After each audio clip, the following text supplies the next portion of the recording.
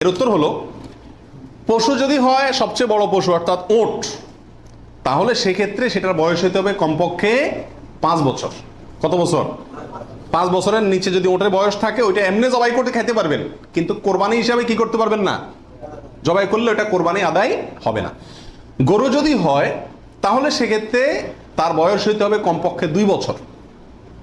আর ছাগল, দুম্বা, ভেড়া এগুলো যদি হয় তাহলে তার বয়স হইতে হবে কমপক্ষে 1 বছর। তাহলে ছোট পশুগুলা 1 বছর, গরু 2 বছর, ওট 5 বছর। ছোট পশুর মধ্যে আবার দুম্বা, ভেড়া এগুলো যদি 6 মাসের বয়স, 7 মাস, 8 মাসের বয়সেরটা দেখতে 1 বছরটার মতো বড় দেখা যায় তাহলে চলবে, কিন্তু ছাগলের ক্ষেত্রে পরিপূর্ণ কি হইতে হবে, 1 বছর হওয়া লাগবে। 11 নম্বর প্রশ্ন হলো, দাঁত দেখে বয়স নির্ধারণ করে আমাদের দেশে, এটা কি ঠিক নাকি বেঠিক? কি বলেন আপনারা?